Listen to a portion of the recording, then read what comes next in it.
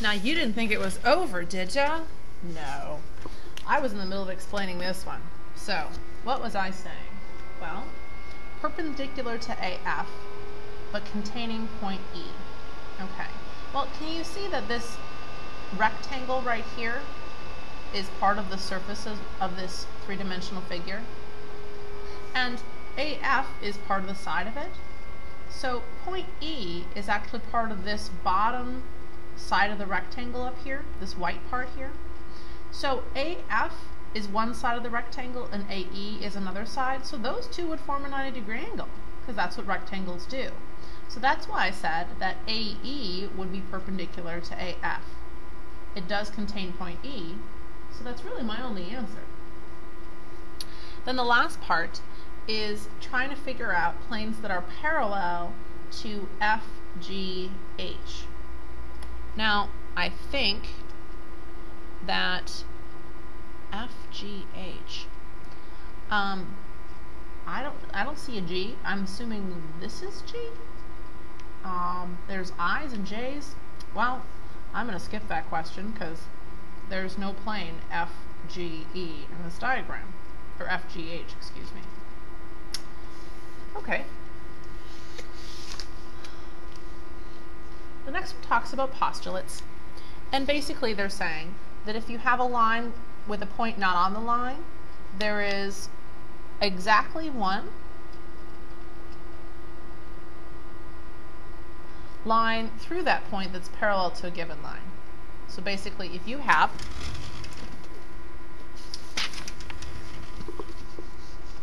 a line that you've already drawn, and you put a point anywhere on this whole surface, like let's say right here, there's only going to be one line that you can draw through that that's parallel to this line. Exactly one line that goes through that point, oops, and goes in the same direction. I didn't quite get it moving in the same direction. Maybe it's a little higher than that. Yeah, something like that. So parallel, but moving in the same direction. Let me try that again. You have a line, and then you pick a point anywhere. Let's put it here this time. If you want to draw it moving in the same direction as the first line, that's what the definition of parallel is. You'd only have one line that does that, going through that one point. That's what that postulate says. Exactly one line. All the other lines would be in a different location and going in a different direction. Okay. The next one says, if there's a line and a point not on the line, there's exactly one line through the point that's perpendicular. So it's pretty much the same thing. It's just talking about things being perpendicular rather than parallel. So if you have a line and a point anywhere else, let's go here. There's going to be only one line that's exactly perpendicular to the line that you drew first that goes through that point.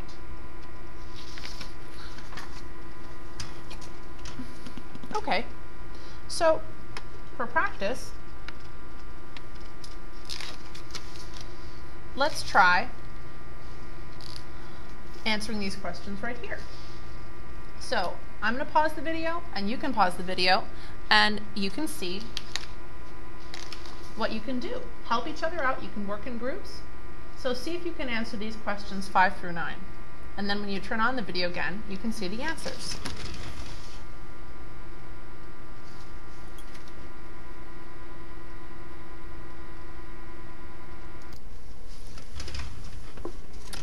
Okay, so here are the answers. 3 parallel segments would be the number 3 in Roman numerals. 2 non-congruent perpendicular lines would be L, because they have one that's a little longer than the other for the letter L. 2 congruent segments that intersect to form one angle, that would be the middle part of the M, paired with 2 parallel segments, that would be the side of the M. Or, actually if it's 2 separate things, it would probably be this. That, and then 2 parallel segments. That's probably what they mean. Because usually when they say and, they mean 2 separate parts. So, 2 pairs of intersecting segments that form vertical angles, that would be XX. And then finally 4 segments, 2 of which are parallel, would be an M, followed by 3 parallel lines, would be 3. Okay, so the next part is finding transversals. 2 angles are corresponding angles if they have corresponding portions. So this angle right here would be corresponding to this one right there. Positions, corresponding positions is what I meant to say. I said portions. Anyway, these two form the upper right-hand corner of these 2 intersections. Here's the intersection here, it's the upper right. The intersection here, it's the upper right. So, could I identify corresponding angles here? Well, this one corresponds to this one because they're in the upper right. Or 5 and 7 would be corresponding. Or 1 and 3 would be corresponding because they're in the upper left. Or 6 and 8 would be corresponding. So I would say, if I had to write it down, angle 1 and angle 3, angle 2 and angle 4, angle 5 and angle 7, angle 6 and angle 8.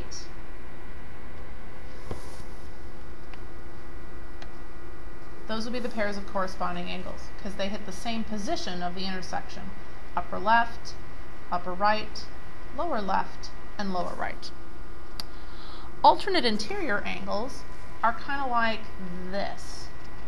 Now, obviously I'm marking these as if they're matching. They don't always match. They're not always the same measurement. I'm just showing you how they are in position to each other. So 2 angles are alternate interior. It's the same word here.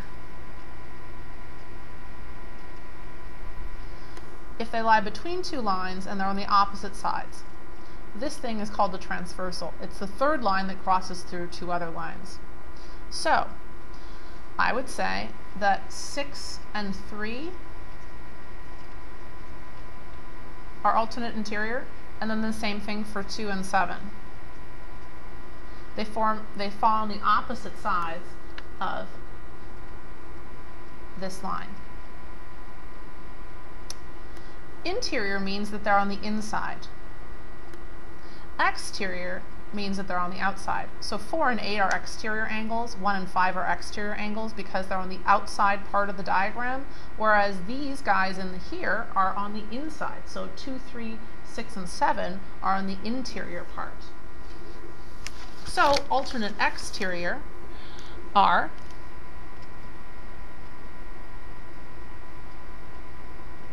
again, same thing as here, would be 1 and 8, and then 4 and 5.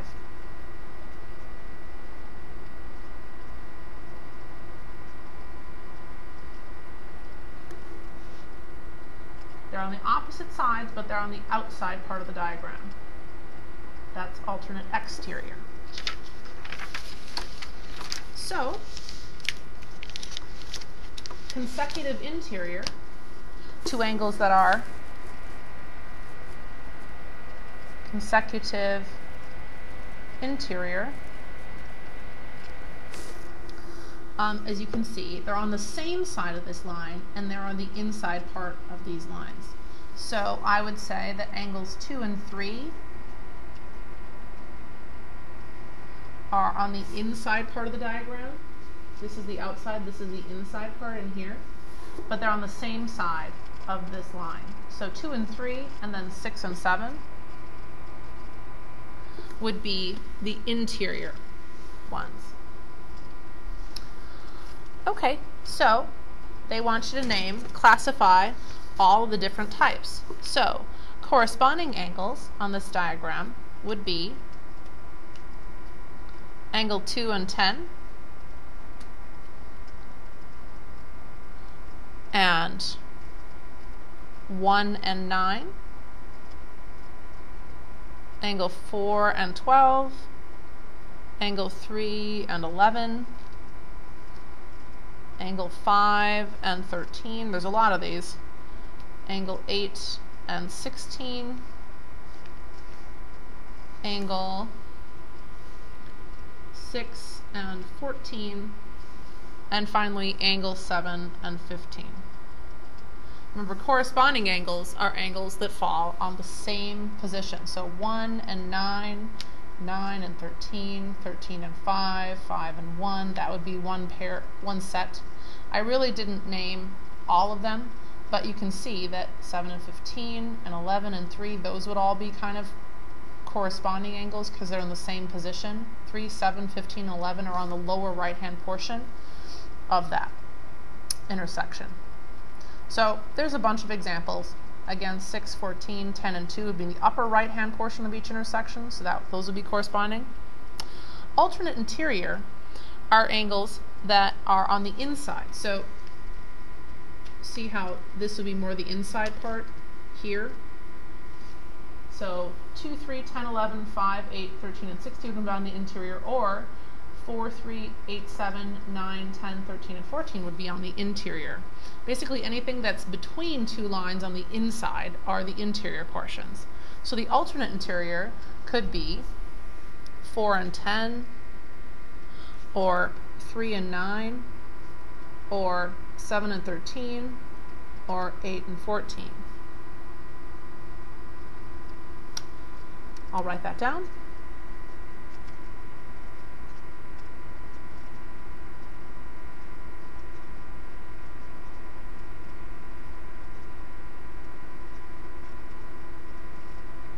Okay. Alternate exterior would be the ones on the outside. So if you think about the two lines, all the angles on the outside would be kind of around here. 3, 8, 10, and 13 are strictly on the inside. Everything else you could consider on the exterior, on the outside. So I would say 5 and 15 are alternate exterior, or 6 and 16, because all those two are on the outside and this are on the outside as well. I would also say that 1 and 11 are on the opposite side, that's why they're called alternate, but also on the outside part of the diagram, and then 2 and 12.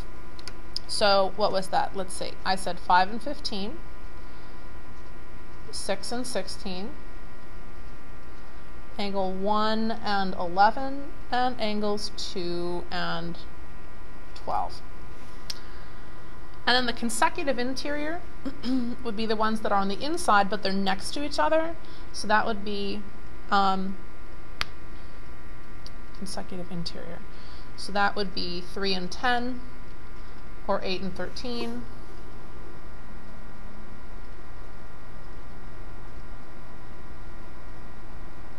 for example.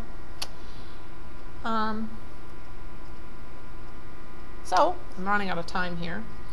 So go ahead and try the challenge practice and see what you come up with.